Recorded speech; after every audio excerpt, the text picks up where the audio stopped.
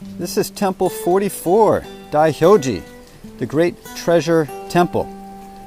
Daihōji is located in the Kuma height, about 1,600 feet above sea level, and surrounded by cedar forest. It's a really, really beautiful temple. The main gate is really interesting that it has a huge set of straw sandals, and reportedly they are remade every 100 years. Up to this point, they're the largest straw sandals I have seen yet at any of the temples. This temple was originally a tiny private assembly hall for a Korean monk who came to Japan in 701.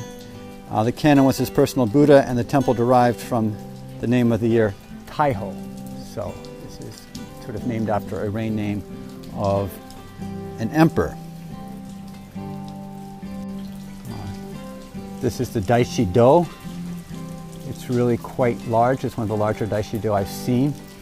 And this temple is interesting to me in that it has two belfries. Here's one bell, and the other one is over there, and you're allowed to ring both of them. This is the other bell. I'm not sure what that building is behind there. It's raining.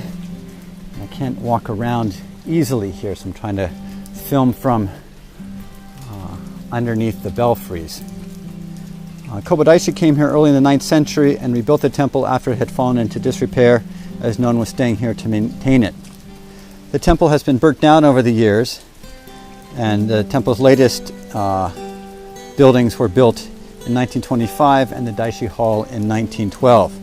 And the gate was reconstructed in 1950.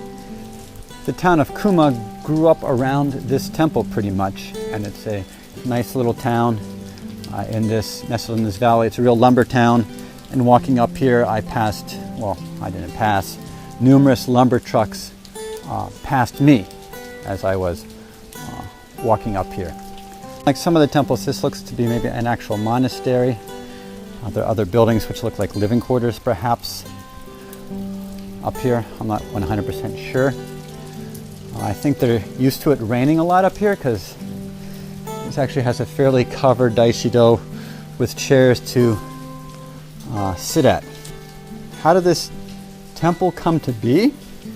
Well, according to legend, when Kobo Daishi came to Kuma, only an old woman lived in the area. The ground was so wild and inhospitable that farmers were unable to grow even the most meager of crops, and they had all abandoned the area. The solitary old woman gave the Daishi lodging for the night. Grateful, he asked her what he could do to express his appreciation. Well, she answered, it was lonely living in such a solitary place. Could he please make a town? Thereupon Kobo Daishi changed the course of the river, bringing it closer to the temple. The river brought fertility to the land, and farmers quickly moved back to the area. Thus the woman had her company. So once again, Kobo Daishi helping the people out with water issues. In this case, a water issue of not having good water to feed the fields, and Kobo Daishi redirected a river and actually solved the problem. In real life, Kobo Daishi did do some engineering projects and help solve some water issues at temples along the pilgrimage. I really wish it wasn't raining because this is quite a spectacular temple. And I wish I knew why there are two belfries. That's kind of unusual. And both be able to ring. I rang both. I personally like the one on the left as you come up the stairs better. This is Temple 44, Daihōji, the Great Treasure Temple.